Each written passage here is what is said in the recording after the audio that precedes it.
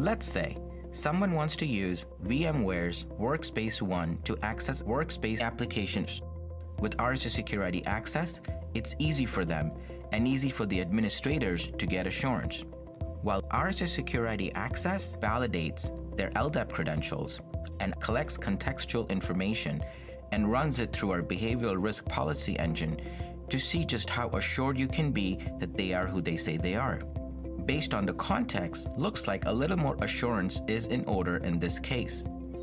End users can use easy push notification authentication method to authenticate. Now, in different circumstances with different context rules, this step-up push authentication might not be necessary. Once the user confirms making a sign-on request and approves it, they can access any application in the catalog, for example, Salesforce.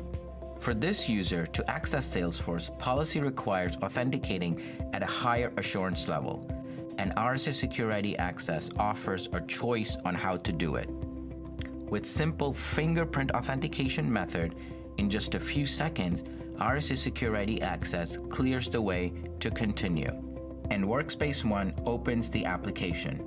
Next time, with this browser stored in memory, it will go even faster.